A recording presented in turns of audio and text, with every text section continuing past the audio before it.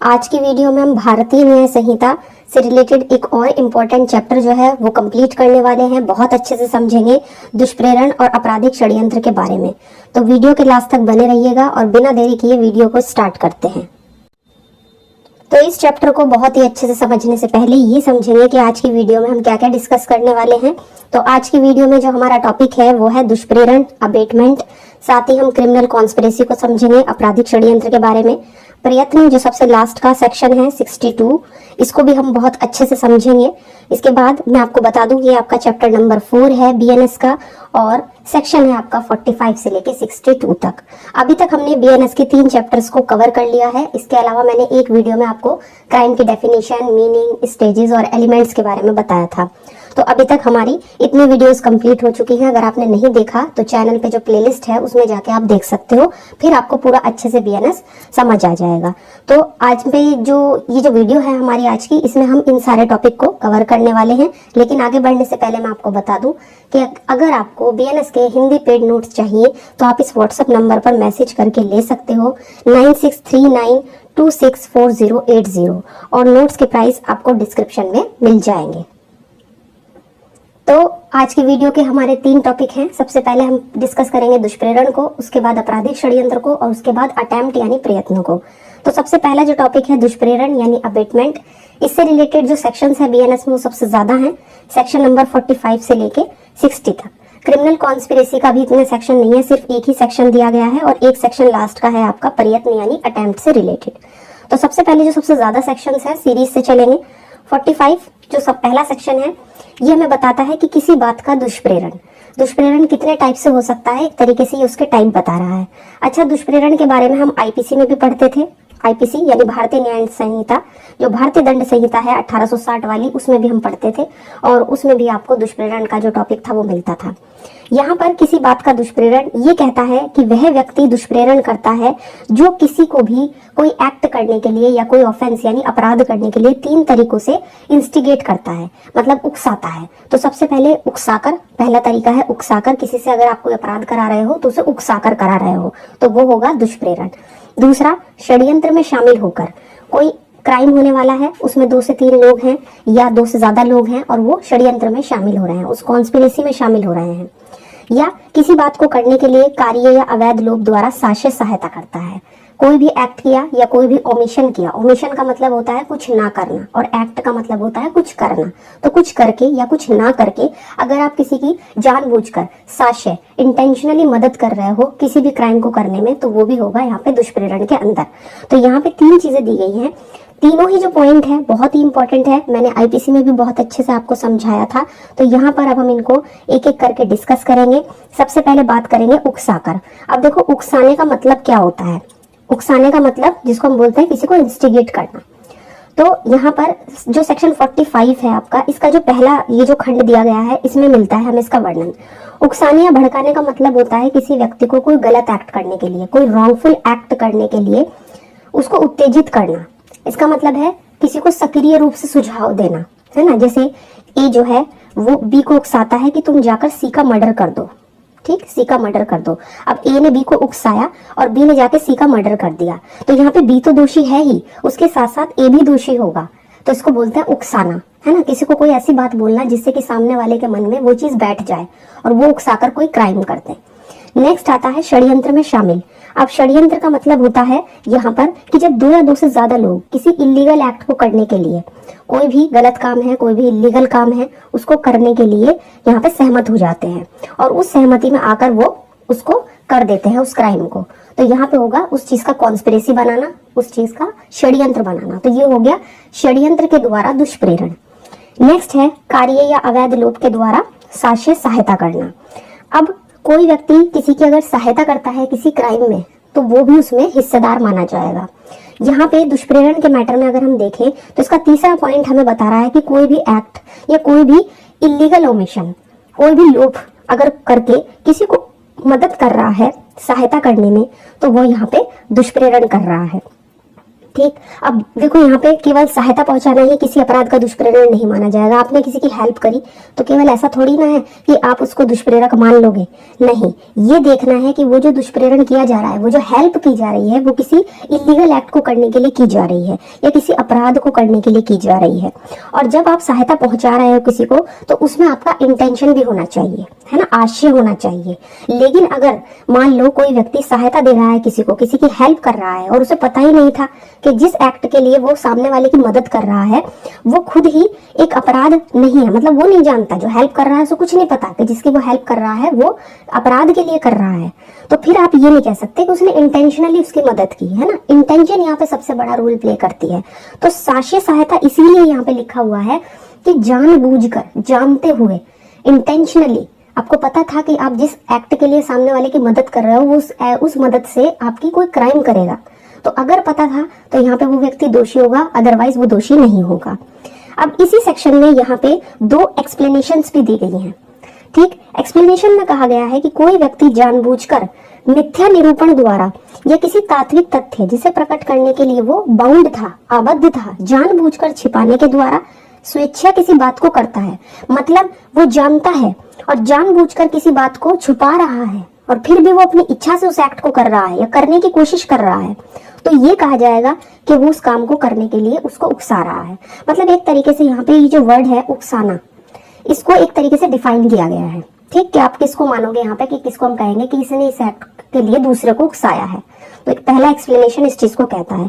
हालांकि एक्सप्लेनेशन इतने इंपॉर्टेंट नहीं है, जो इंपॉर्टेंट चीजें थी वो थे वे 3 पॉइंट जो अभी हमने सेक्शन 45 में डिस्कस किए हैं। नेक्स्ट एक्सप्लेनेशन कहता है कि आप किसको कहोगे कि कोई किसी की मदद करता है, तो जो कोई किसी काम को करने से पहले या करने के समय उस काम को करने को सुकर बनाने के लिए, सुकर मतलब इजी बनाने के लिए कोई बात करता है, तो वो उस कार्य को करने में सहायता करता है। मतलब कोई भी क्राइम हो रहा है, क्राइम होने से पहले, है ना, किसी की हेल्प करना, या क्राइम करने के समय किसी की हेल्प करना, जिससे कि उसका वो जो क्राइम करने का काम है, मतलब जो क्राइम करने वाला है उसके लिए वो चीज आसान हो जाया करना।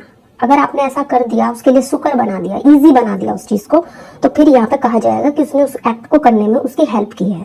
तो बस यहाँ पे यही 2 एक्सप्लेनेशन है, बहुत ही इंपॉर्टेंट एक्सप्लेनेशन है। आप वैसे तो एग्जाम में मैंने बताया ना कि आते नहीं है, लेकिन बस समझने के लिहाज से इंपॉर्टेंट है, आप इसको समझ सकते हो कि इसमें क्या कहा गया है। इसके बाद आता है सेक्शन नंबर 46। ये बताती है दुष्प्रेरक के बारे में। अब दुष्प्रेरक कौन होता है? सिंपल मीनिंग अगर बताऊं तो दुष्प्रेरक का मतलब वो व्यक्ति होता है जो दुष्प्रेरण करता है, किसी अपराध को करने के लिए किसी को उकसाता है, किसी के साथ कॉन्स्पिरेसी में शामिल होता है, षड्यंत्र में शामिल होता है, या किसी को कोई भी क्राइम करने में मदद करता है, जानबूझकर मदद करता है, इंटेंशनली मदद करता है। तो अभी हमने टाइप्स पढ़े सेक्शन 45 में दुष्प्रेरण के। अब हम यहाँ पे देख रहे हैं कि आखिर दुष्प्रेरक होता कौन है। तो यहाँ पे यही सेम चीज हमें मिलती थी आईपीसी में, बिल्कुल वही सेम चीज। तो यहाँ पर दुष्प्रेरक का मतलब वो व्यक्ति होता है जो अपराध का दुष्प्रेरण करता है।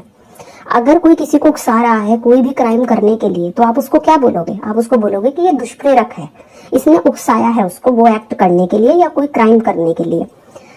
तो अब जो अपराध का दुष्प्रेरण करता है और या फिर ऐसे काम को करने का दुष्प्रेरण करता है, अगर वो कार्य अपराध को करने के लिए विधि के अनुसार समर्थ व्यक्ति द्वारा उसी आशय या ज्ञान से किया जाता जो दुष्प्रेरक का है। विधि अनुसार समर्थ व्यक्ति का मतलब कोई व्यक्ति जो बच्चा ना हो, है ना, जो साउंड माइंड का हो, है ना, विकृत चित्त वगैरह ना हो।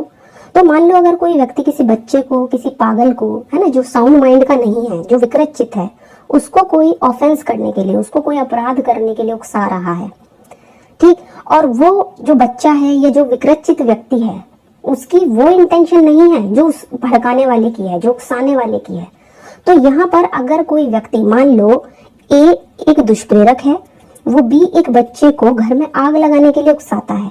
अब बच्चे को तो कुछ पता नहीं है ना, उसमें इतनी समझ नहीं है जो वो उसके परिणाम के बारे में सोच सके। बच्चे ने जाके घर में आग लगा दी, तो यहाँ पे बच्चा तो लायबल नहीं है क्योंकि बच्चे में इतनी समझ बूझ नहीं थी, लेकिन ए यहाँ पे लायबल होगा क्योंकि वो जानता था कि इसका रिजल्ट क्या होगा।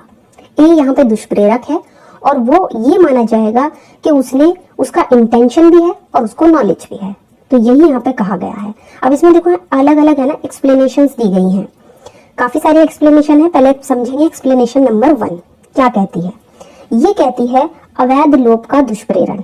यानी कि आप किसी एक्ट के लिए ही अगर दुष्प्रेरण करते हो तो वो ही यहाँ पे दंडनीय नहीं है, बल्कि अगर आप किसी ओमिशन को भी करते हो, कोई इलीगल ओमिशन करते हो और उसका दुष्प्रेरण करते हो, तो उसका भी यहाँ पे पनिशमेंट माना जाएगा। किसी कार्य के साथ साथ अवैध लोभ का दुष्प्रेरण भी यहाँ पे अपराध के अंदर आएगा, चाहे जो उकसाने वाला है, जो दुष्प्रेरक है, उस एक्ट को करने के लिए खुद आबद्ध ना हो। एग्जाम्पल से समझते हैं। ए नाम का एक व्यक्ति चोरी करके भागता है और जाकर बी के पीछे छिप जाता है। अब एक पुलिस ऑफिसर जो ए को ढूंढते हुए आते हैं, वो बी से पूछते हैं कि ए कहाँ है। अब बी क्या करता है, पुलिस ऑफिसर को नहीं बताता कि ये कहाँ है। बाद में बी क्या करता है, ए को वहां से चुपके से भगा देता है कि तुम भाग जाओ, तो पुलिस ऑफिसर चले गए। तो यहाँ पर बी ने अवैध लोभ के द्वारा दुष्प्रेरण का अपराध किया है। हालांकि बी ने कोई एक्ट नहीं किया, बस जो चीज उसको बतानी चाहिए थी वो उसने नहीं बताई। मैंने क्या बताया था कि ओमिशन का मतलब होता है कुछ ना करना, एक्ट का मतलब कुछ करना और ओमिशन का मतलब कुछ ना करना। तो यहाँ पे बी ने ए के बारे में ना बताकर एक इलीगल ओमिशन किया है, इसीलिए वो यहाँ पे एक्सप्लेनेशन 1 में आ जाएगा और वो दुष्प्रेरक माना जाएगा। ठीक, नेक्स्ट आता है एक्सप्लेनेशन नंबर 2। ये कहता है कि जरूरी नहीं है, दुष्प्रेरण का अपराध होने के लिए ये जरूरी नहीं है कि दुष्प्रेरित कार्य किया जाए या अपराध करने के लिए वही प्रभाव, वही इफेक्ट हो, ठीक, जो उस अपराध के लिए होता। अब यहाँ पर इसको समझो, जैसे सी एक व्यक्ति, इसका मर्डर करने के लिए ए जो है वो किसको उकसा रहा है, बी को। ए कहता है बी से कि जाके सी का मर्डर कर दो। अब बी क्या करता है, वैसा करने के से इनकार कर देता है। वो कहता है कि नहीं, मैं सी का मर्डर नहीं करूंगा। तो यहाँ पे ए जो है वो फिर भी हत्या के दुष्प्रेरण का दोषी होगा। हत्या का दुष्प्रेरण तो इन्हें कर दिया ना, भले ही बी ने वो एक्ट ना किया हो। तो यहाँ पे ए फिर भी जिम्मेदार है। तो इसमें यही कहा गया है कि भले ही ये जरूरी नहीं है कि दुष्प्रेरित कार्य किया ही जाए। इस एग्जाम्पल में भले ही ए ने जिस एक्ट के लिए बी को उकसाया था, भले ही बी ने वो काम ना किया हो, ठीक, फिर भी ए यहाँ पे दोषी है। दूसरा एग्जाम्पल सुनो, ये है आपका जिसके लिए वही प्रभाव हो ये जरूरी नहीं है। डी की हत्या के लिए ए जो है वो बी को उकसा रहा है, यहाँ पे डी की हत्या के लिए उकसा रहा है। अब बी क्या करता है, उस उकसाहट के असर में डी को एक घाव दे देता है ना। डी को बहुत गहरा घाव आ जाता है, क्योंकि यहाँ पे बी ने उसे क्या किया है, बी ने जो ए ने उसको उकसाया था ना, उसके चक्कर में उसने उसको घाव दे दिया। अब यहाँ पे होता क्या है कि डी का घाव तो बाद में कुछ दिनों के बाद अच्छा हो जाता है, बी को जो चोटें वगैरह आई थी वो सब अच्छी हो जाती हैं। यहाँ पे ए फिर भी हत्या करने के लिए जो उसने उकसाया था बी को, उसके उकसाने का दोषी होगा। कहने का मतलब ये है कि ए बी से डी का मर्डर कराना चाह रहा था, बी ने उसको उसका मर्डर कराने के इंटेंशन से ही, मतलब इंटेंशन से तो नहीं, मतलब उसको कुछ घाव दे दिया। उकसाया किसने था, ए ने। तो भले ही उसकी उकसाहट के असर में बी ने उसका मर्डर ना किया हो, उसे चोटें ही सिर्फ पहुंचाई हो, तो भले ही उसका वो प्रभाव ना हो, वो इफेक्ट ना हो उसके उकसाने का, लेकिन फिर भी यहाँ पर ए जो है वो लायबल होगा। तो आई होप आप दोनों एग्जाम्पल से अच्छे से समझ गए होंगे। नेक्स्ट आता है एक्सप्लेनेशन नंबर 3। ये कहता है कि ये जरूरी नहीं है कि दुष्प्रेरित व्यक्ति अपराध करने के लिए विधि अनुसार समर्थ ही हो या उसका वही दूषित आशय या ज्ञान हो जो दुष्प्रेरक का है। अब यहाँ पे विधि अनुसार समर्थ व्यक्ति का वही एक बच्चा या फिर कोई अनसाउंड माइंड का व्यक्ति जो विकृत चित्त वगैरह हो, ठीक। अगर ऐसे व्यक्ति को, ऐसे इंसान को कोई दुष्प्रेरक उकसा रहा है कोई अपराध करने के लिए, है ना, जैसे मैंने अभी बच्चे वाला एग्जाम्पल दिया था कि एक दुष्प्रेरक एक बी नाम के मान लो बच्चे को घर में आग लगाने के लिए उकसाता है। बच्चे को तो कुछ पता नहीं, उसने तो आग लगा दी, लेकिन ए तो दोषी होगा ना, क्योंकि बच्चे की ना तो नॉलेज थी ना ही इंटेंशन था, लेकिन ए फिर भी यहाँ पे लायबल होगा। तो यही कहता है एक्सप्लेनेशन नंबर 3, ठीक।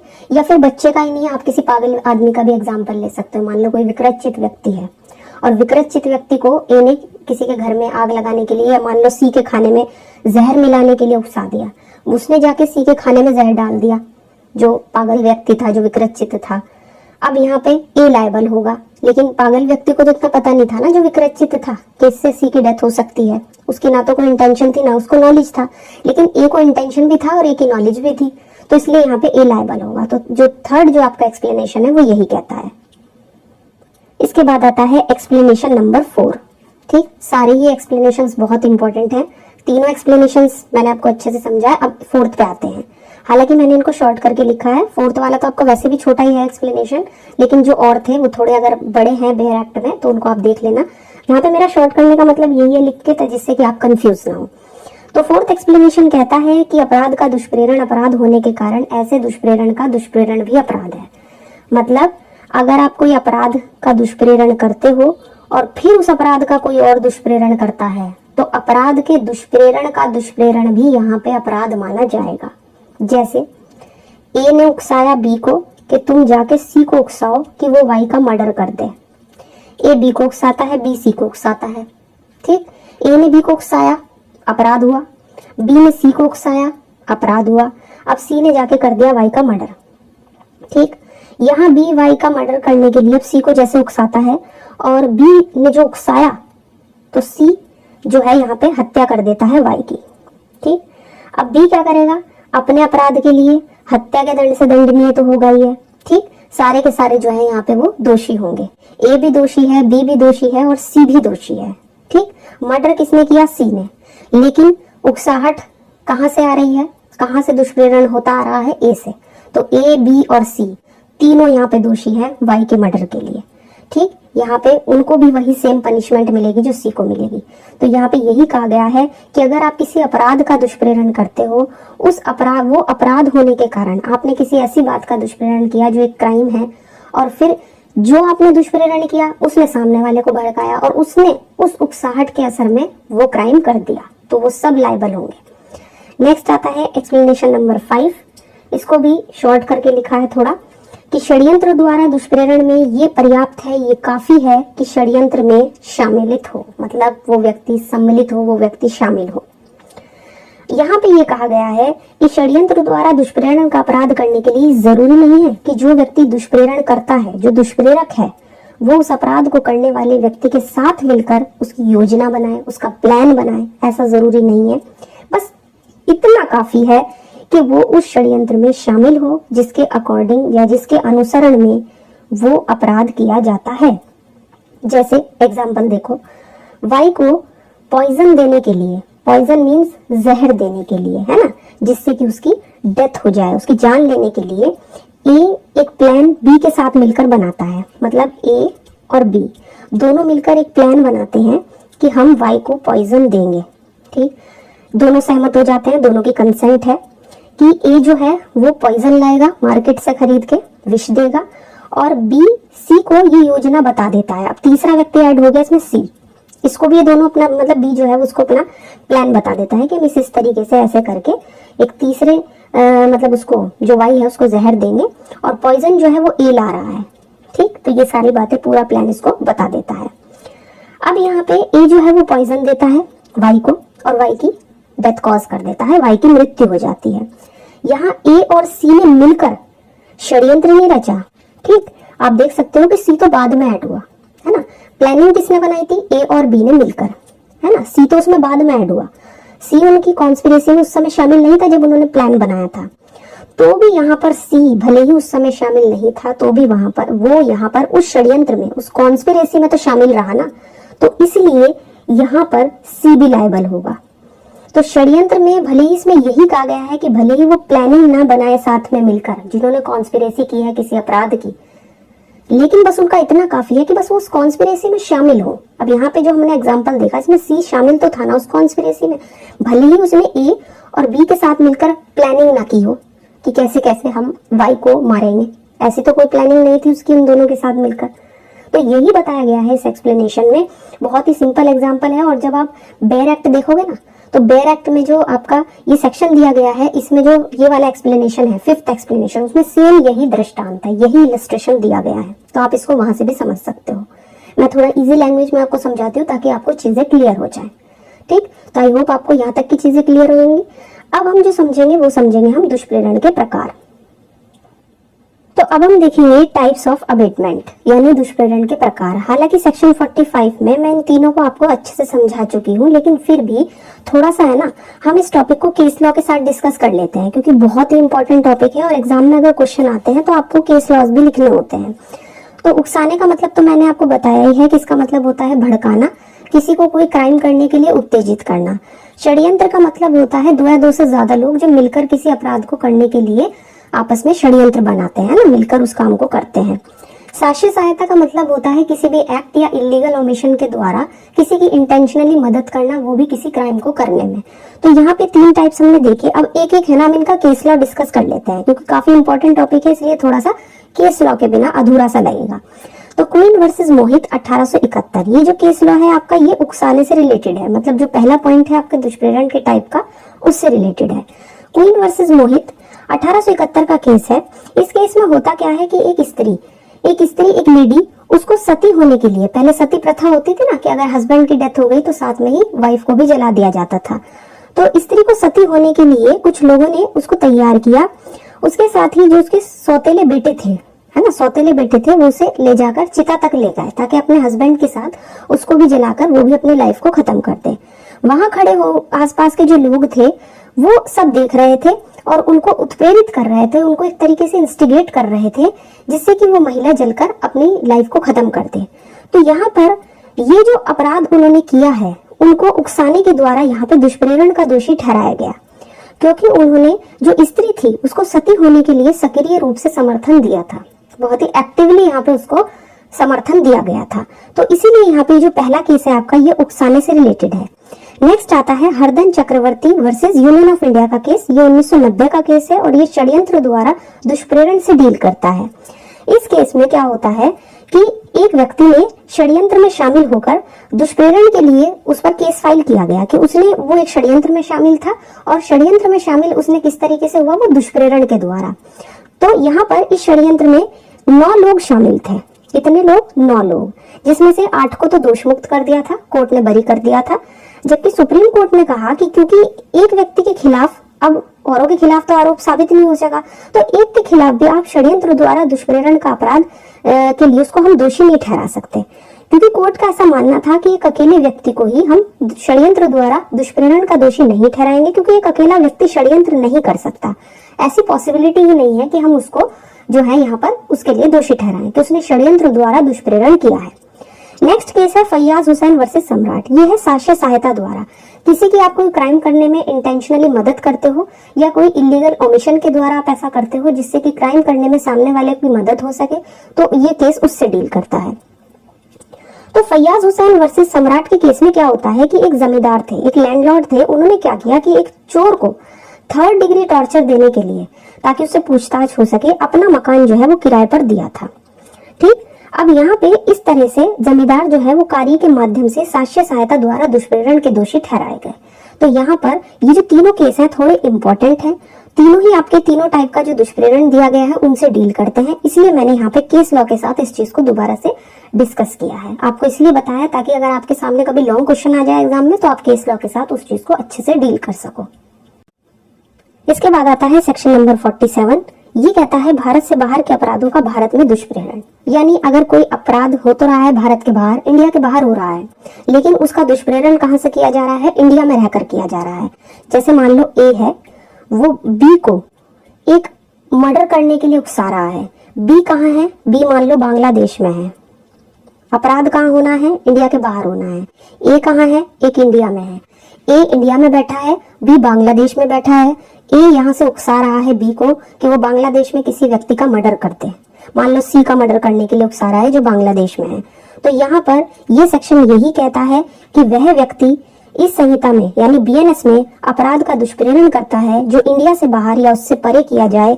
अगर इंडिया में किया जाता तो वो अपराध होता, तो वो भी उसी तरीके से लायबल होगा।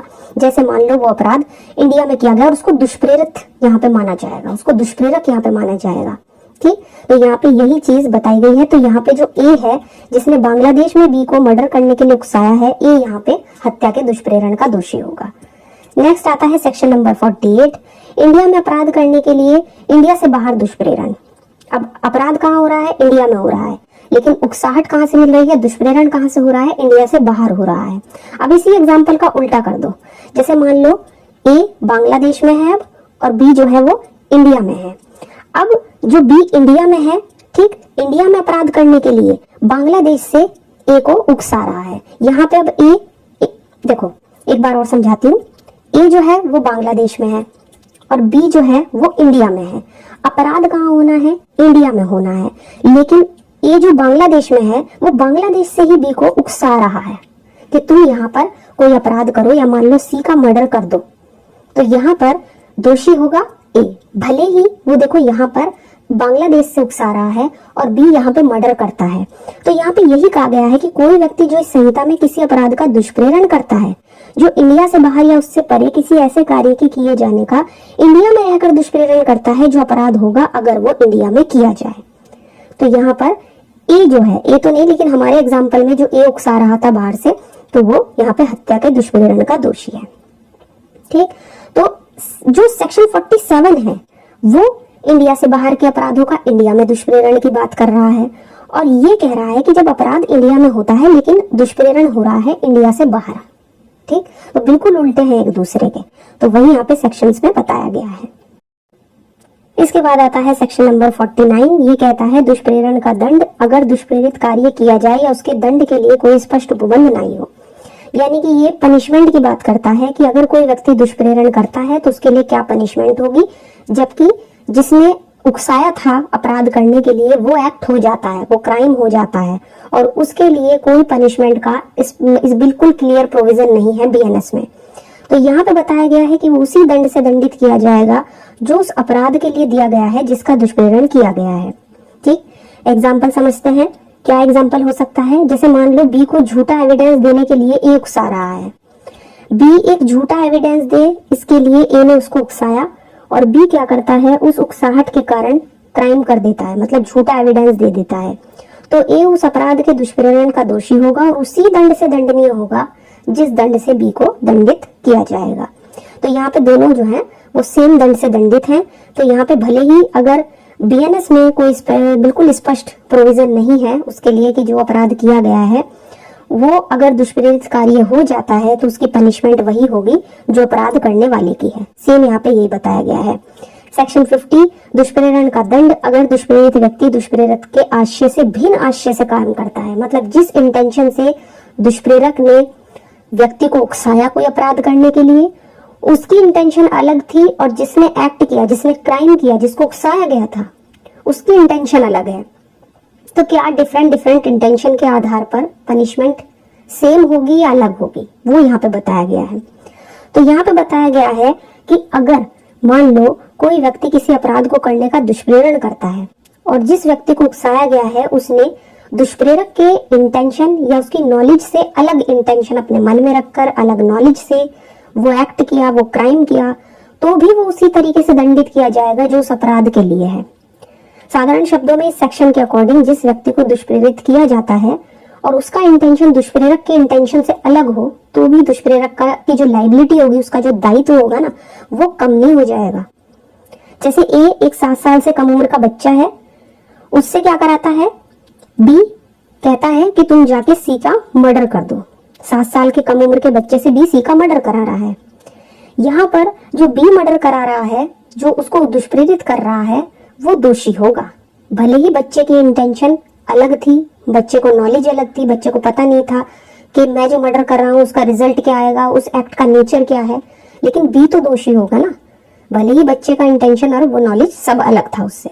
तो बस सेक्शन 50 यही कहता है कि भले ही इंटेंशन और नॉलेज अलग रही हो दुष्प्रेरक से दुष्प्रेरित व्यक्ति की, फिर भी जो दुष्प्रेरक है उसकी लाइबिलिटी कम नहीं हो जाएगी, वो फिर भी पनिशमेंट उसको यहाँ पर मिलेगी।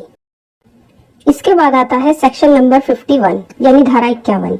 ये कहती है दुष्प्रेरक का दायित्व जब एक कार्य का दुष्प्रेरण किया गया है और उससे अलग कार्य किया जाए, यानी कि जिस एक्ट का दुष्प्रेरण किया गया है, जिस कार्य का दुष्प्रेरण किया गया है, वो कार्य ना करके कोई अलग कार्य कर दिया जाए तो क्या होगा, तो दुष्प्रेरक की लायबिलिटी कहाँ तक होगी, ये बताता है हमें ये सेक्शन। तो सबसे पहले इस सेक्शन को रीड करते हैं। तो जब किसी कार्य का दुष्प्रेरण किया जाता है और कोई अलग कार्य किया जाए, तब दुष्प्रेरक उस किए गए कार्य के लिए उसी तरह से और उतने विस्तार तक दायी होगा, उतनी मतलब वहां तक जिम्मेदार होगा मानो उसने सीधे उसी काम का दुष्प्रेरण किया हो। लेकिन ऐसा तब होगा जब किया गया कार्य दुष्प्रेरण का परिणाम था और उस उकसाहट के असर में या सहायता से, मतलब किसी ने मदद कर दी हो, या उस षड्यंत्र में, वो कॉन्स्पिरेसी में शामिल रहा हो जिससे वह दुष्प्रेरण होता है। अब यहाँ पर इसको हमें ना एक एग्जाम्पल से समझते हैं। एग्जाम्पल ये है कि एक बच्चे को वाई के खाने में पॉइजन यानी जहर डालने के लिए उकसाता है। ठीक, बच्चा ना समझ है, बच्चे को इतनी समझ नहीं है कि वो ये समझ सके कि एक्ट का नेचर क्या है। जो कुछ भी वो कर रहा है वो लॉ के अगेंस्ट है, विधि के प्रतिकूल है ना। तो बच्चे का काम तो यहाँ पे हो जाएगा माफी योग्य अगर बच्चे ने कोई क्राइम कर दिया। तो यहाँ पर ए ने वाई के खाने में जहर मिलाने के लिए एक बच्चे को उकसाया। बच्चे ने क्या किया, उस उकसाहट के असर में वाई के बजाय एम के खाने में वो ही पॉइजन, वो जहर डाल दिया। एम जो है उसे खाकर मर जाता है।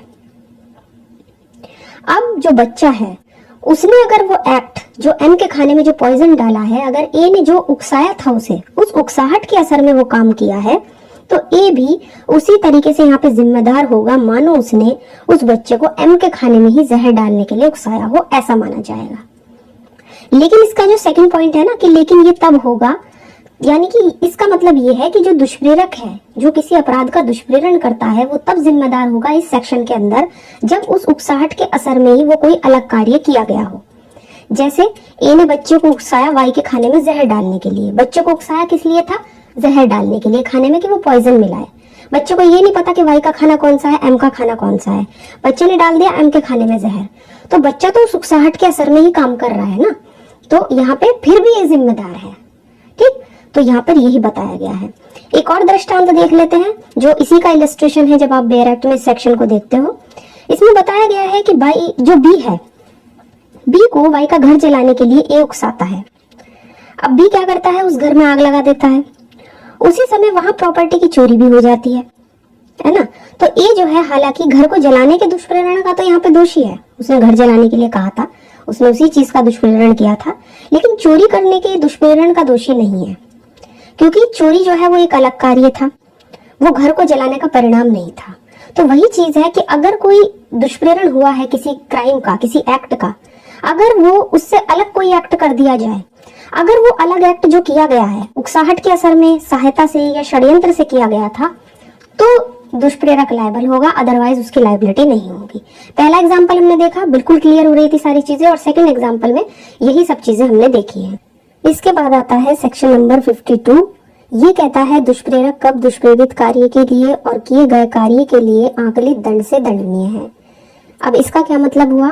सिंपल वर्ड में ये जो सेक्शन है दुष्प्रेरित अपराध और किए गए अपराध दोनों के लिए दंड बताती है।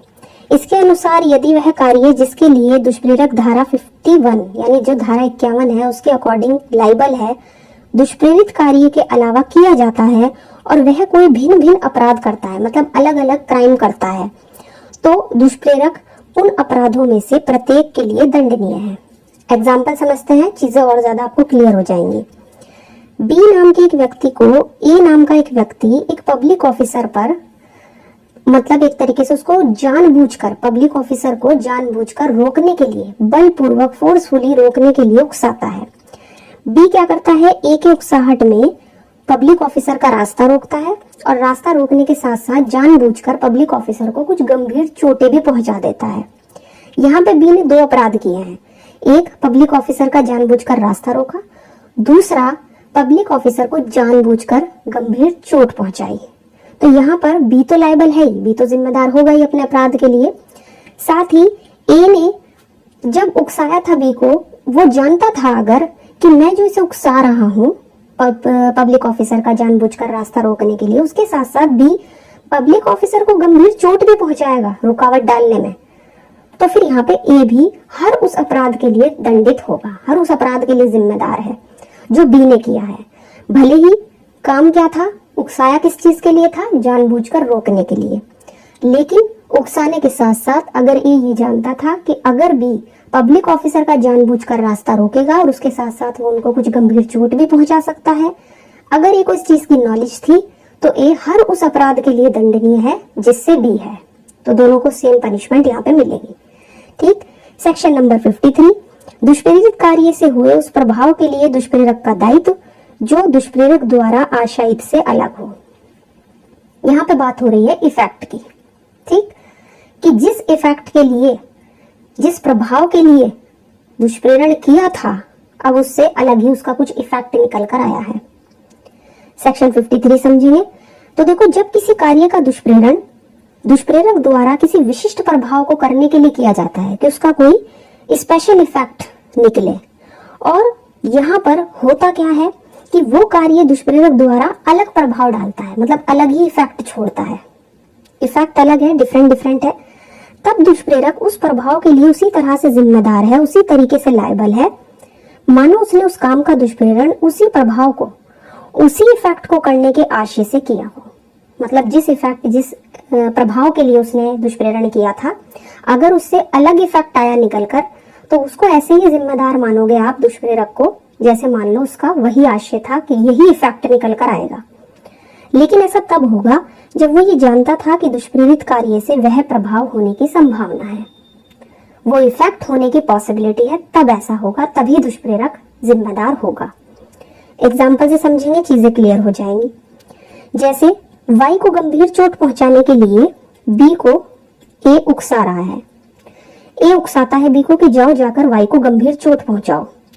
बी क्या करता है, उस उकसाहट के असर में वाई को गंभीर चोट पहुंचा देता है, जिससे वाई की डेथ हो जाती है। इतनी ज्यादा गहरी चोट पहुंचाता है कि वाई मर जाता है, वो झेल नहीं पाता उन गंभीर चोटों को। अब यहाँ पे अगर ए ये जानता था, ए को ये नॉलेज थी कि उस गंभीर चोट का इफेक्ट वाई की मौत भी हो सकती है, वाई मर भी सकता है उन गंभीर चोट के कारण, जिसके लिए मैं बी को उकसा रहा हूं कि वो वाई को गंभीर चोट दे, तो ए जो है यहाँ पर वाई की हत्या के लिए दोषी होगा। ठीक, तो यही चीज यहाँ पर बताई गई है। इफेक्ट जो है वो डिफरेंट निकल रहा है, लेकिन फिर भी यहाँ पे ए जो है वो जिम्मेदार होगा। इसके बाद आता है सेक्शन नंबर 54। ये कहता है अपराध करते समय दुष्प्रेरक की उपस्थिति, यानी जिस व्यक्ति ने किसी अपराध का, किसी क्राइम का दुष्प्रेरण किया है, वो दुष्प्रेरक कहलाता है, और वो अपराध करते समय खुद वहां पे उपस्थित है, तो क्या होगा। तो इस सेक्शन में कहा गया है कि जब कभी कोई व्यक्ति जो अनुपस्थित होने पर दुष्प्रेरक के नाते दंडनीय होता, उस समय उपस्थित होता है जब वो एक्ट या कोई अपराध किया जाए जिसके लिए वह दुष्प्रेरण के परिणाम स्वरूप दंडनीय होता, तब यह समझा जाएगा कि उसने ऐसा कार्य या अपराध किया है। मतलब यहाँ पे उसकी प्रेजेंस की बात हो रही है। ठीक, तो यहाँ पर हम इसको एक एग्जाम्पल से समझेंगे, लेकिन पहले केस लॉ देख लेते हैं। बारेंद्र कुमार घोष वर्सेस एम्परर 1924 का केस है। इस मामले में कोर्ट ने कहा कि ये जो सेक्शन है ये केवल तभी यूज में आता है, इसका आप तभी प्रयोग कर सकते हो जब सबसे पहले दुष्प्रेरण के समान परिस्थितियों को साबित कर दिया जाता है। मतलब पहले आपको कुछ चीज का प्रूफ देना होगा और प्रूफ आपको यहाँ पे साबित करना होगा, और जब अपराध होते समय अभियुक्त की उपस्थिति भी साबित हो जाती है। मतलब ए ने बी को किसी का मर्डर करने के लिए उकसाया, अब बी ने उस उकसाहट में सी का मर्डर कर दिया, लेकिन जिस टाइम सी का मर्डर किया गया उस टाइम ए भी वहां पर मौजूद था जहां पर सी का मर्डर किया गया है। तो यहाँ पर ये कहा गया है कि इस सेक्शन के अकॉर्डिंग ए को यहाँ पर पनिशमेंट मिलेगी, क्योंकि वो खुद मौजूद था यहाँ पे। ठीक है ना, तो यहाँ पे इसमें इस सेक्शन की अगर मैं बात करूं तो इस केस में कोर्ट ने यही कहा है कि ये सेक्शन तभी अप्लाई होगा जब दुष्प्रेरक खुद उपस्थित हो जिस समय अपराध हुआ है, और ये बात साबित होनी चाहिए। और ये जो सेक्शन है ये ऐसे मामलों से संबंधित है जहां दुष्प्रेरण का अपराध तो हुआ है, साथ ही साथ अपराध होते समय घटना स्थल पर, है ना, जहाँ पे क्राइम हुआ है वहां पर जो है वो दुष्प्रेरक मौजूद भी था। तो यहाँ पर जो, अगर मैं इसमें सिंपल आपको बताऊं तो यहाँ पर उसकी मौजूदगी की बात हुई है, जो व्यक्ति किसी अपराध का दुष्प्रेरण करता है। ठीक, सिंपल बिल्कुल यही एक और एग्जांपल देख लेते हैं। जैसे ए जो है वो वाई की हत्या करने के इरादे से क्या करता है, ए ये चाहता है कि वाई का जो है वो मर्डर हो जाए। अब वाई का मर्डर करने की इंटेंशन से बी को, जो 6 साल का बच्चा है, यहाँ पे बी कौन है, 6 साल का बच्चा, उसको वाई के खाने में पॉइजन मिलाने के लिए उकसाता है। अब जो बी है उस भोजन में क्या मिला देता है, जहर या पॉइजन मिला देता है, जिसके कारण वाई की मृत्यु हो जाती है। तो जब बी ने खाने में जहर मिलाया था उस समय ए भी वहां पर मौजूद था। तो इस मामले में बी जो है वो किसी अपराध का दोषी नहीं होगा, क्योंकि वो तो बच्चा है, उसकी तो समझ इतनी नहीं है कि वो एक्ट का नेचर समझ सके या इस बात को समझ सके कि जो कुछ भी वो कर रहा है वो लॉ के अगेंस्ट है। लेकिन जो ए है जिसने अपराध का दुष्प्रेरण किया है वो इस सेक्शन में वाई के मर्डर के लिए यहाँ पर दुष्प्रेरण का दोषी होगा। तो आई होप इस एग्जाम्पल से आपको ये सेक्शन क्लियर हो गया होगा। ये जो केस लॉ है ये बहुत ही इंपॉर्टेंट है, आपका सीधा इस सेक्शन से डील करता है, बहुत ही फेमस केस लॉ है, और यहाँ पर इस केस को आप इस सेक्शन में लिख सकते हो। बस हमें ध्यान रखना है कि यहाँ पे दुष्प्रेरक की उपस्थिति की बात हो रही है। नेक्स्ट आता है सेक्शन नंबर 55। सेक्शन नंबर 55 बात कर रहा है मृत्यु या आजीवन कारावास से दंडनीय अपराध का दुष्प्रेरण। यानी जिस अपराध को करने के लिए व्यक्ति किसी को उकसा रहा है वो अपराध मृत्यु से दंडनीय है या फिर लाइफ इम्प्रिजनमेंट आजीवन कारावास से दंडनीय है। सेक्शन 55 अब यहाँ से शुरू हो जाते हैं। यहाँ पे दो सिचुएशन दी गई है कि जिस व्यक्ति को आपने मृत्यु या आजीवन कारावास से दंडनीय अपराध को करने के लिए उसको दुष्प्रेरित किया, और अगर वो व्यक्ति उस अपराध का, यदि उस अपराध के दुष्प्रेरण के कारण ना किया जाए वो अपराध, है ना, जैसे ए ने बी को सी का मर्डर करने के लिए उकसाया। अब मर्डर क्या है? मृत्यु से दंडनीय एक अपराध है, एक ऐसा अपराध है जिसमें डेथ पनिशमेंट मतलब डेथ सेंटेंस मिल सकता है।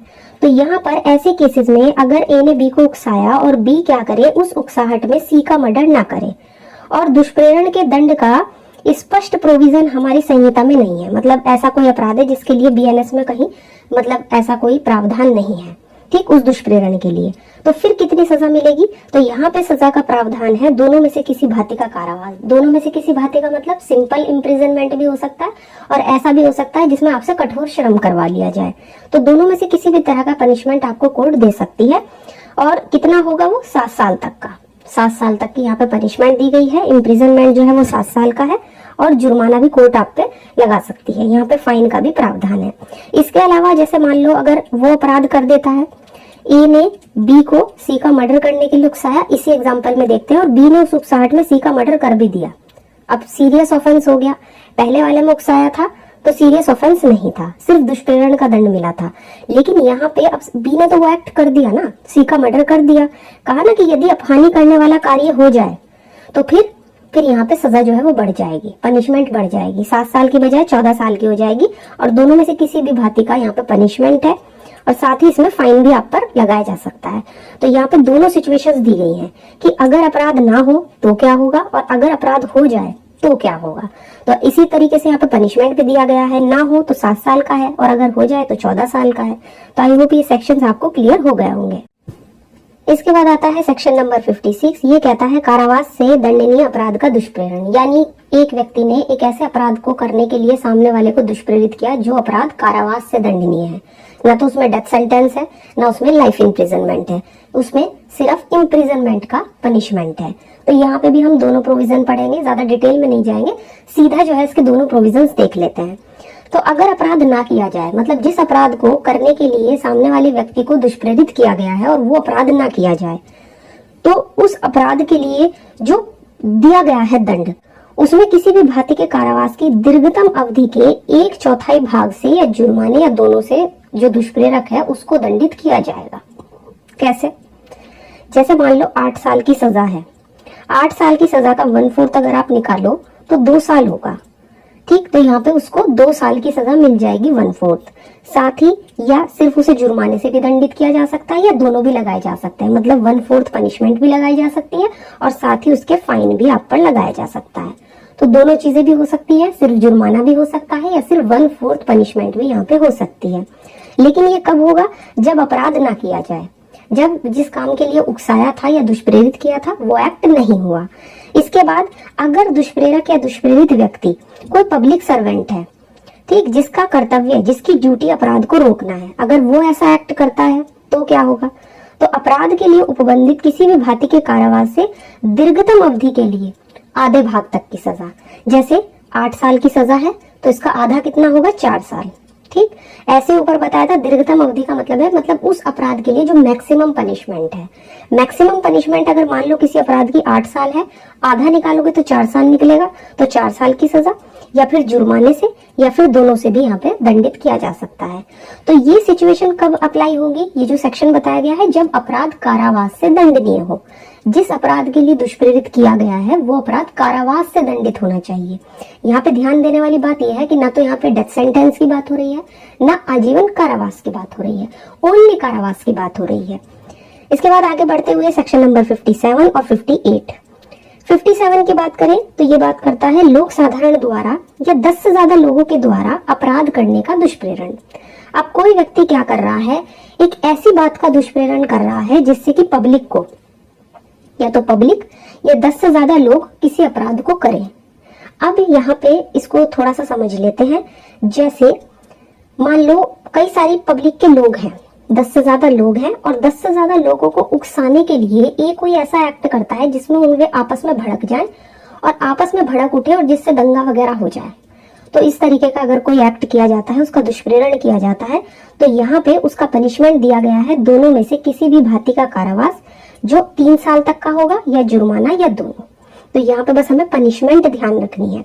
इसका एक एग्जाम्पल देख लेते हैं, चाहे आप उसे एग्जाम्पल कहो, लेकिन जब आप बेयर एक्ट देखोगे तो सेम यही दृष्टांत इलस्ट्रेशन आपको बेयर एक्ट में मिलेगा, बीएनएस के। तो ये जो है वो एक लोक स्थान में, लोक स्थान मतलब ऐसा पब्लिक एरिया जहाँ पे आमतौर पर लोग गुजरते हैं, जैसे कि सड़क है, आपका रोड है।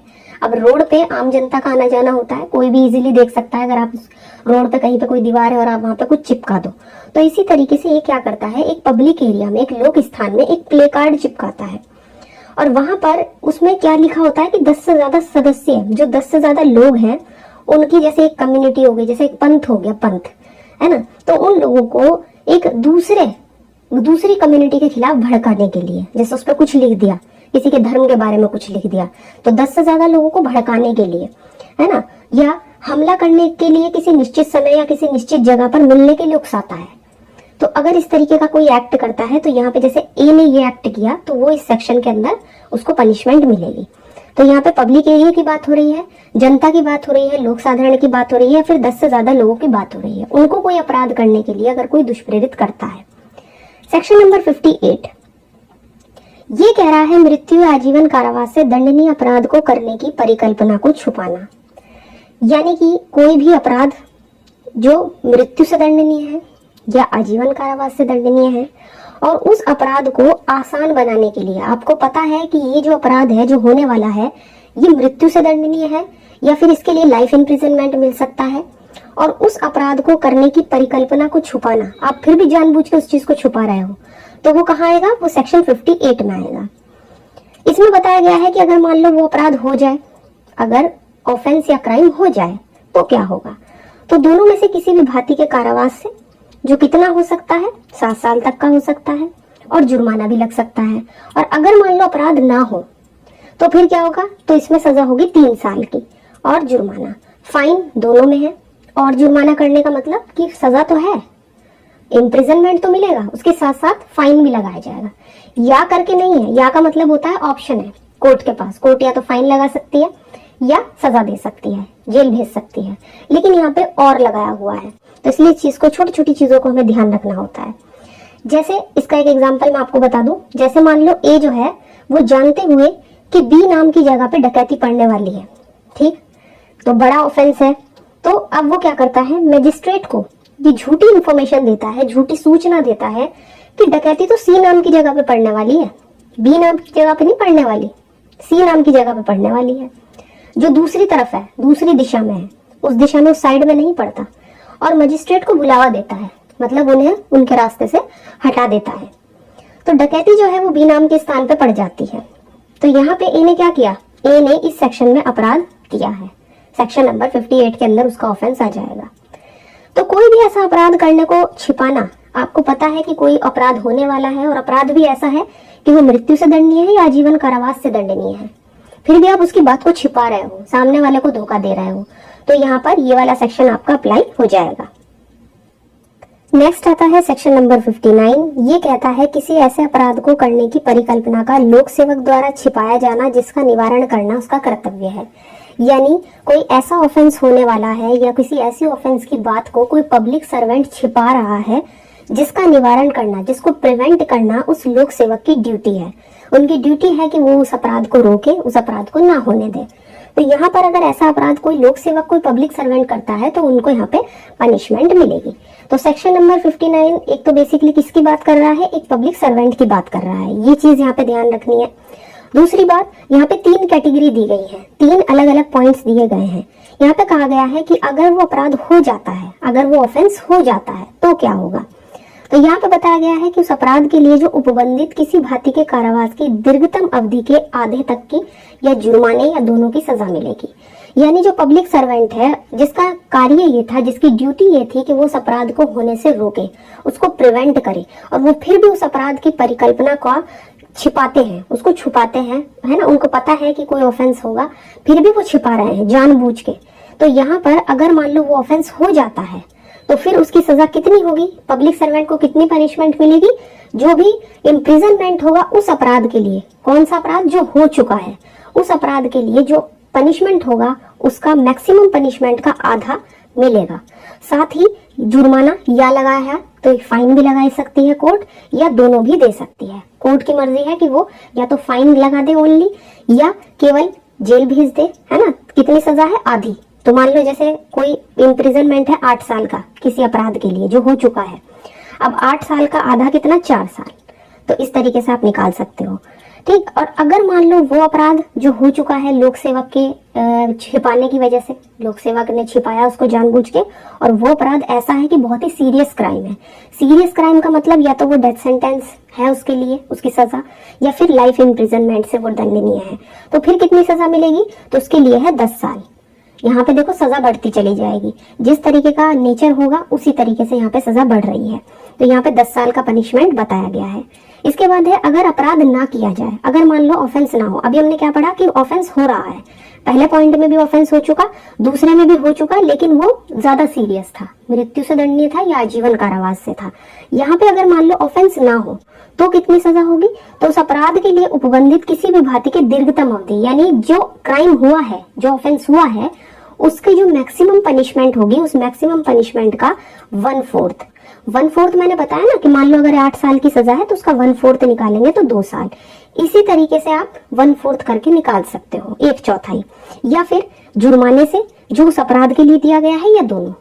तो यहाँ पे कोर्ट के ऊपर है कि वो कोर्ट या तो चाहे 1/4 सजा दे सकती है अगर क्राइम नहीं हुआ है, या केवल जुर्माना लगा सकती है, या फिर दोनों भी लगा सकती है, ये कोर्ट के ऊपर है। तो यहाँ पे जो सेक्शन नंबर 59 है वो किसी पब्लिक सर्वेंट की बात कर रहा है। तो बस हम यहाँ पे एक्स्ट्रा नहीं पढ़ेंगे, बस यहाँ से मैंने ये 3 पॉइंट निकाल लिए हैं जो आपके लिए जानना जरूरी है, क्योंकि पूरा का पूरे सेक्शंस जो है ये आपके सिर्फ पनिशमेंट की बात कर रहे हैं। हेडिंग से आपको चीजें क्लियर हो ही रही है कि हेडिंग क्या कहना चाह रहा है। हेडिंग के बाद बस आपको यहाँ पे पनिशमेंट पढ़नी होती है। तो आई होप ये सेक्शन क्लियर हो गया होगा। बात कर लेते हैं सेक्शन नंबर 60 की, और यहाँ पे आपका जो अबेटमेंट है, जो दुष्प्रेरण है, वो खत्म होता है। इसके बाद पढ़ेंगे क्रिमिनल कॉन्स्पिरेसी और अटेम्प्ट वाला सेक्शन, 2 सेक्शन आपके बचते हैं। तो चलिए जल्दी से फटाफट सेक्शन नंबर 60 को डिस्कस कर लेते हैं। क्या कह रहा है सेक्शन नंबर 60, कारावास से दंडनीय अपराध की परिकल्पना को छिपाना। अभी तक हमने क्या पढ़ा कि ऐसे अपराध की परिकल्पना को कोई छिपा रहा है जो डेथ सेंटेंस से रिलेटेड है, ठीक, या फिर आपका आजीवन कारावास से है। अब यहाँ पे जो सेक्शन नंबर 60 है इसमें परिकल्पना तो है, मतलब छिपाया जा रहा है चीजों को, लेकिन कौन से अपराध के लिए, जो केवल कारावास से दंडनीय है। तो यहाँ पे बताया गया है, 2 पॉइंट पढ़ेंगे एकदम क्लियरली, चीजें क्लियर हो जाएंगी आपको। अगर अपराध कर दिया जाए, अगर मान लो वो क्राइम हो जाता है, तो उस अपराध के लिए जो भी पनिशमेंट दिया गया है उसके मैक्सिमम पनिशमेंट का 1/4 ध्यान रखना है। और अगर अपराध नहीं होता तो कितना है, तो मैक्सिमम पनिशमेंट के 8वें भाग की सजा, यानी कि और कम, है ना, उससे भी कम, या जुर्माना जो उस अपराध के लिए दिया गया है, या फिर दोनों। तो यहाँ पे ध्यान रखना है, ठीक। अब 1/4 तो आपने देख लिया। 8वें भाग का मतलब क्या हुआ, 8वें भाग का मतलब जैसे 8 साल की सजा है तो 8 साल का जब हम 8वां भाग निकालेंगे तो कितना निकलेगा, 1 साल, 1 ईयर। 1/4 हुआ 2 साल और 8वां भाग हुआ 1 साल।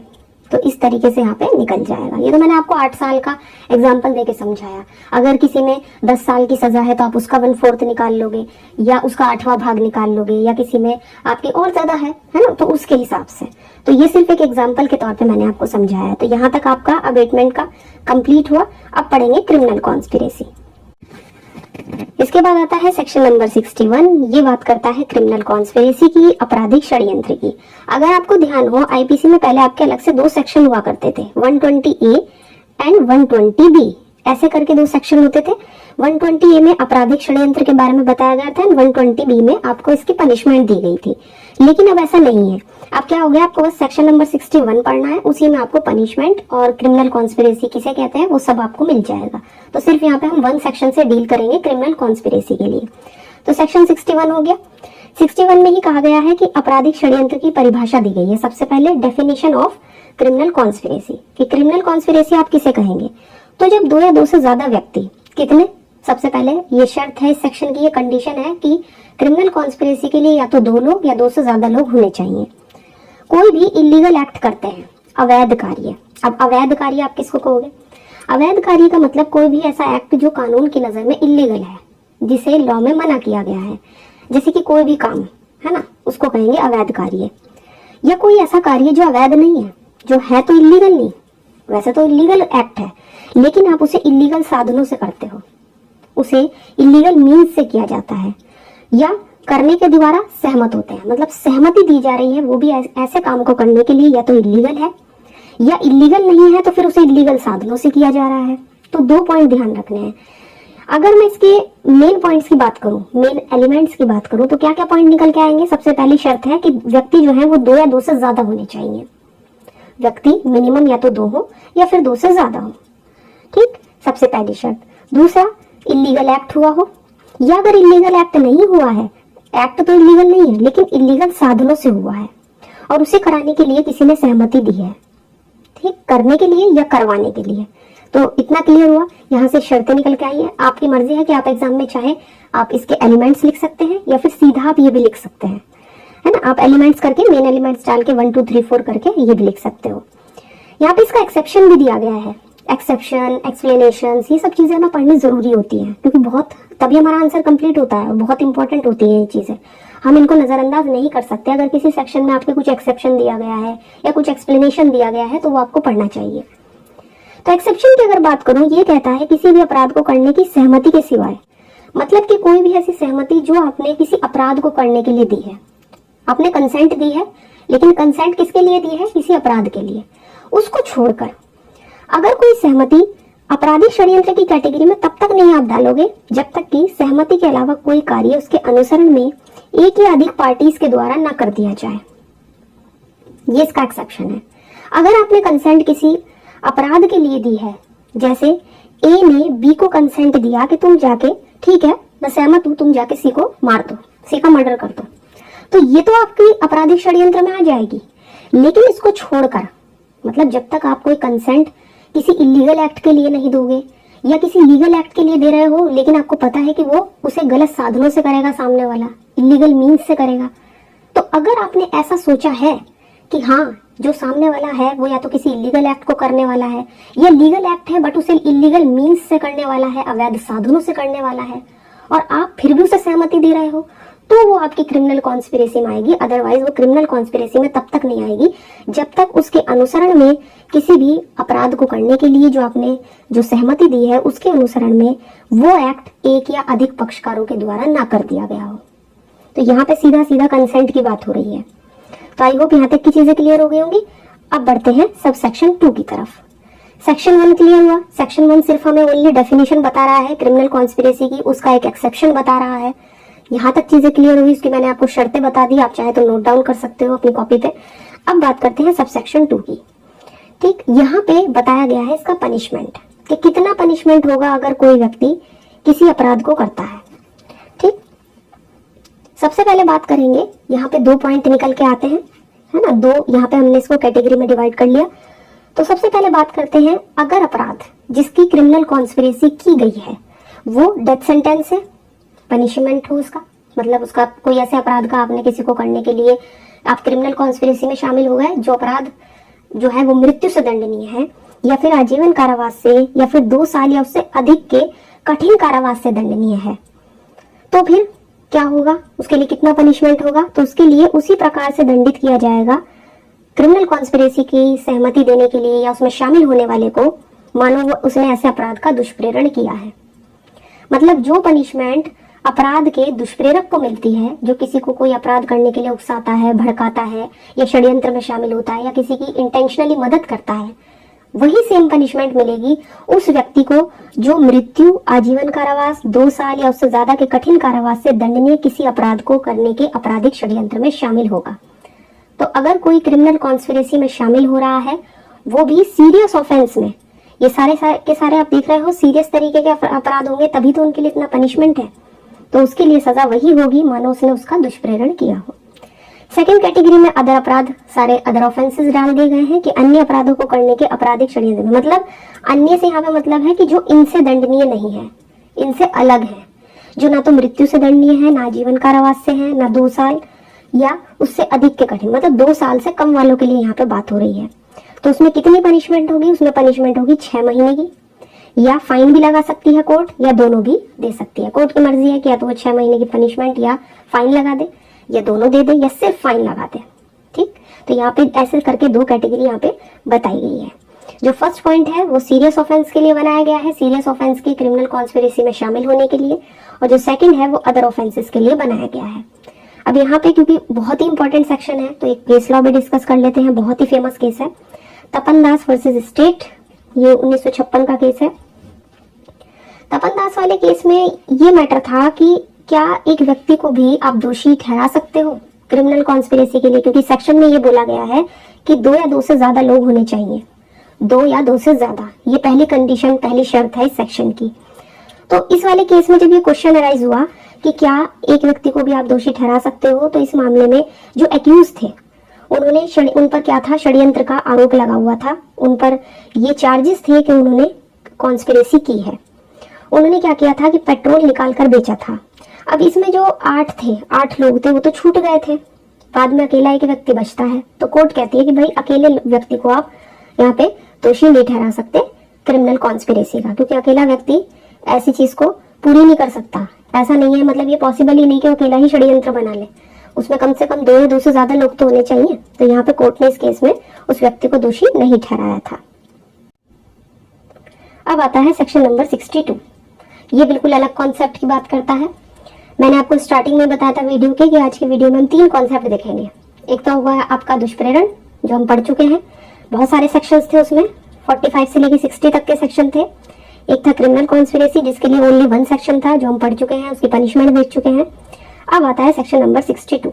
ये डील करता है अटेम्प्ट यानी कि प्रयत्न से।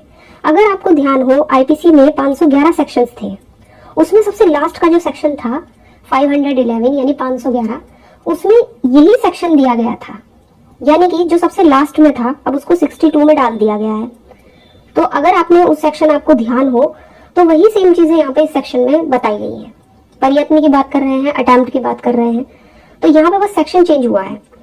तो यहाँ पे अगर मैं बात करूं सेक्शन नंबर 62 की, ये कह रहा है कि आजीवन कारावास या कारावास से दंडनीय अपराध को करने के प्रयत्न के लिए दंड। सिंपल हेडिंग समझ गए होंगे आप पढ़ के कि ऐसे अपराधों के प्रयत्न के लिए पनिशमेंट की बात कर रहा है जो लाइफ इम्प्रिजनमेंट या इम्प्रिजनमेंट से दंडनीय होते हैं। मतलब कोई भी ऐसा अपराध, कोई भी ऐसा क्राइम जिसके लिए आजीवन कारावास की सजा मिल सकती है या कारावास की सजा मिल सकती है, और उनको करने का कोई अटेम्प्ट करता है ना। अब जब हम आईपीसी पढ़ते थे तो उसमें भी सारे अपराध ऐसे नहीं थे जिनकी आपको अटेम्प्ट देखने को मिलती थी, कुछ ही अपराध थे, जैसे लूट का प्रयत्न दिया हुआ था, हत्या का प्रयत्न दिया हुआ था। इसी तरीके से बीएनएस में भी ऐसा तो नहीं है ना कि हर अपराध के प्रयत्न की सजा अलग दी गई है, हर अपराध के अटेम्प्ट की सजा अलग दी गई है, ऐसा नहीं है। तो अब उन अपराधों का अगर कोई प्रयत्न करता है, उनका कोई अटेम्प्ट करता है, तो उसकी सजा कहाँ मिलेगी? तो ये चीज इन्होंने इस बार लास्ट में डाल के बिल्कुल इस संहिता के बीच में डाल दी, सेक्शन नंबर 62 में डाल दी वो चीज, जो पहले सबसे लास्ट में होती थी 511 में। ये चीज हम सबसे आखिर में पढ़ते थे। तो सेक्शन के अकॉर्डिंग अगर हम देखें, जो कोई संहिता द्वारा आजीवन कारावास या कारावास से दंडनीय अपराध का प्रयत्न करेगा वो उस अपराध के लिए उपबंधित, मतलब कौन से अपराध की बात हो रही है? जिसके लिए उसने अटेम्प्ट किया है व्यक्ति ने, उसके लिए अवधि के लिए जो आजीवन कारावास से आधे तक की, मतलब जितना लाइफ इम्प्रिजनमेंट है उसके आधे की सजा, या उस अपराध के लिए जो मैक्सिमम पनिशमेंट तय हुई है उसके आधे की सजा, या ऐसे जुर्माने से जो उस अपराध के लिए दिया गया है, या फिर दोनों से दंडित किया जाएगा। अब देखो थोड़ा सा इसमें पनिशमेंट दिया गया है, बहुत ही सिंपल है, बहुत ही सीधा सेक्शन है, कुछ ऐसा आपको बहुत ही गहराई से जाने की जरूरत नहीं है।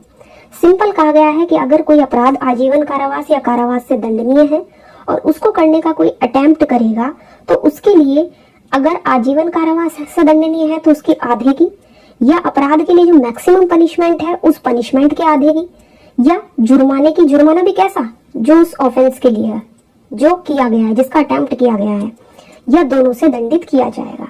अच्छा पहले ये बताओ अटेम्प्ट क्या है? अटेम्प्ट हमने कहाँ पढ़ा था? हमने स्टेजेस ऑफ क्राइम में पढ़ा था।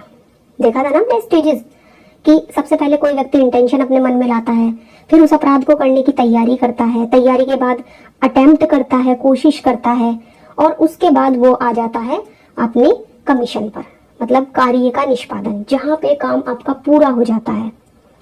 तो अटेम्प्ट बिल्कुल अपराध के पास का ही एक पॉइंट होता है।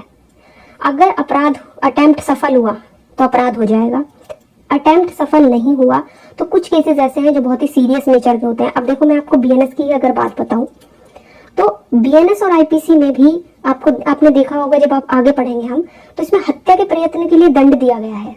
अब जो हत्या है, जो मर्डर है, उसके पनिशमेंट बिल्कुल अलग कर दी अटेम्प्ट की, लेकिन हर तरह के अपराध की तो अटेम्प्ट की पनिशमेंट अलग नहीं की ना। तो यहाँ पे पहले हम एक एग्जाम्पल ले लेते हैं जिससे आपको चीजें क्लियर हो जाए। जैसे ए है, वो एक संदूक खोलता है, संदूक है ना, छोटा सा जो बॉक्स होता है, बक्सा, तो उस संदूक को खोलता है। और कैसे खोलता है? तोड़कर खोलता है। अब तोड़कर खोला तो इसका मतलब जाहिर सी बात है वो उसमें चोरी करना चाहता होगा। अब उसमें क्या रखे हुए हैं? कुछ ज्वेलरीज रखी होती है। वो सोचता है कि इसमें कुछ ज्वेलरी होगी जिससे मैं चुराऊंगा इसको। अब चुराने की वो कोशिश करता है, लेकिन संदूक खोलने के बाद उसे पता चलता है कि उसमें तो कोई ज्वेलरी ही नहीं है। तो वो इस धारा के अंदर दोषी होगा, क्योंकि उसने अटेम्प्ट तो किया ना, ये बताया गया है। इसी तरीके से ए है, वो वाई की जेब में हाथ डालता है, पैसे चुराने की कोशिश करता है, लेकिन वाई की जेब में कुछ भी नहीं है। अब ए क्या करता है? अपनी कोशिश में असफल रहता है, फेल हो जाता है, उसे कुछ मिलता ही नहीं जिसके लिए उसने हाथ डाला था। तो यहाँ पे ए जो है वो इस धारा में दोषी है। अब एक केस देखो यहाँ पे, ओम प्रकाश वर्सेस पंजाब राज्य, 1961 का बहुत ही फेमस केस है। इस मामले में क्या होता है कि एक व्यक्ति अपनी वाइफ को कई दिनों तक कमरे में बंद रखता है, उसे खाने को नहीं देता, पीने को नहीं देता। खाना पानी उसे इसलिए नहीं देता ताकि उसकी इंटेंशन ये थी कि वो उसको मार दे, उसकी डेथ हो जाए, वो मर जाए बिना खाना और पानी के। अब वाइफ क्या करती है? किसी भी तरीके से कमरे से निकल भागती है। अब कोर्ट में जब मैटर जाता है तो कोर्ट ये जजमेंट देता है कि पति को पत्नी की हत्या का दोषी ठहराया जाएगा, प्रयत्न का, हत्या का तो नहीं, सॉरी, प्रयत्न का, अटेम्प्ट का दोषी क्यों ठहराया? क्योंकि उसकी इंटेंशन भी थी, उसको मारना चाहता था, उसको बिल्कुल मतलब उसको नॉलेज थी कि अगर खाना पानी नहीं दूंगा तो मर जाएगी। तो यहाँ पे जो हस्बैंड था उसको हत्या के प्रयत्न का दोषी यहाँ पे ठहराया, पूरा उसने अटेम्प्ट किया था। तो यहाँ पे ये केस आपका इस सेक्शन से डील करता है, बहुत ही इंपॉर्टेंट केस है। जो केस मैं बताती हूँ आप चाहो तो उनको नोट डाउन कर लिया करो या स्क्रीनशॉट ले लिया करो, जो चीज आपको अच्छे से क्लियर हो जाए। तो सेक्शन 62 क्लियर हो गया होगा। सिंपल पनिशमेंट दी हुई है कि आधी सजा मिलेगी, या फिर जिस अपराध का अटेम्प्ट किया गया है उसके लिए जो फाइन है वो मिल जाएगा, या फिर कोर्ट चाहे तो दोनों भी दे सकती है। सेक्शन 511 होता था पहले आईपीसी में, ये चीजें अगर आप चाहो तो नोट डाउन कर सकते हो। अब ये 62 में आ गया है। तो आज की जो वीडियो है इसमें हमने 3 कॉन्सेप्ट क्लियर किए हैं। दुष्प्रेरण का हो गया आपका, क्रिमिनल कॉन्स्पिरेसी हो गया, और अटेम्प्ट वाला हो गया। तो आई होप आज की वीडियो अच्छी लगी होगी। वीडियो अगर अच्छी लगी है तो इसको लाइक कर दीजिए, ज्यादा से ज्यादा शेयर कीजिए, और अगर चैनल पर नए हैं तो इसको सब्सक्राइब कर लीजिए। इसके अलावा आप चाहो तो हमें टेलीग्राम पे भी ज्वाइन कर सकते हो। तो आज की वीडियो में इतना ही, मिलते हैं नेक्स्ट वीडियो में।